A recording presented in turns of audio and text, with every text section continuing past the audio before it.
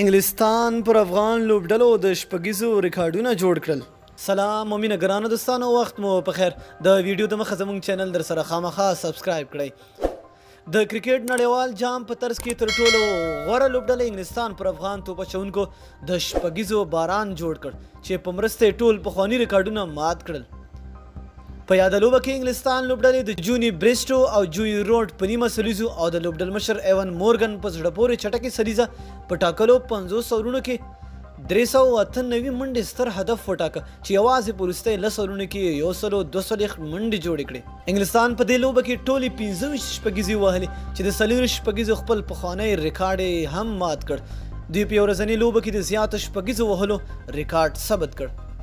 ایون مورګن چې یوازې په 1 توپونې 148 منډې جوړې کړې په یو ورځنۍ لوبه کې د زیاتو شپږیزو وهلو ریکارډ جوړ کړ. دې وړاندې زیاتې 14 شپږیزې کریس ګیل، ایبي ډي ویلرز او روهیت شرما وهلې وې. د مورګن په 28 منډو کیچ وغورځېد چې له هغې وروسته یې د شپږیزو باران جوړ کړ. د انګلستان په 25 شپږیزو کې یوازې 11 پر راشد خان وهل شوې. نوموړي په 9 اورونو کولو سره 110 منډې ورکړې او په هیڅ کومه وکټ اخیستلو بریالی نه شو.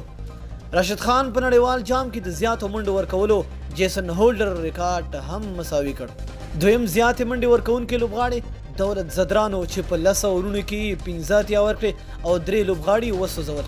د سربیره ګلبدین نایب په 10 اورونو کې 88 منډې ورکړې او 3 لوبغاړي وسوځول. تر ټولو غوره او اقتصادي توپ اچونه مجیب زدران وکړه چې په خپلو 10 اورو کې یوازې 44 منډې ورکړې او یوه شپږیزه پرې ولګېده. محمد نبي په 9 اورونو کې 10 منډې ورکړې. دا د روان 2019 نړیوال جام تر دې دمه ستر هدف دی. له دې وړاندې انګلستان لوبډلې پر بنګلادیش 301 منډې جوړې کړې وې.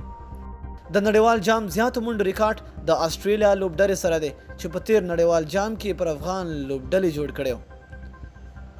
مننه چې ویډیو مو راسره تر پایه وکته. د لا نورو ښکلو معلوماتو لپاره زموږ چینل سبسکرایب کول مه هېروئ. تر بلې ویډیو د لوی الله په امان.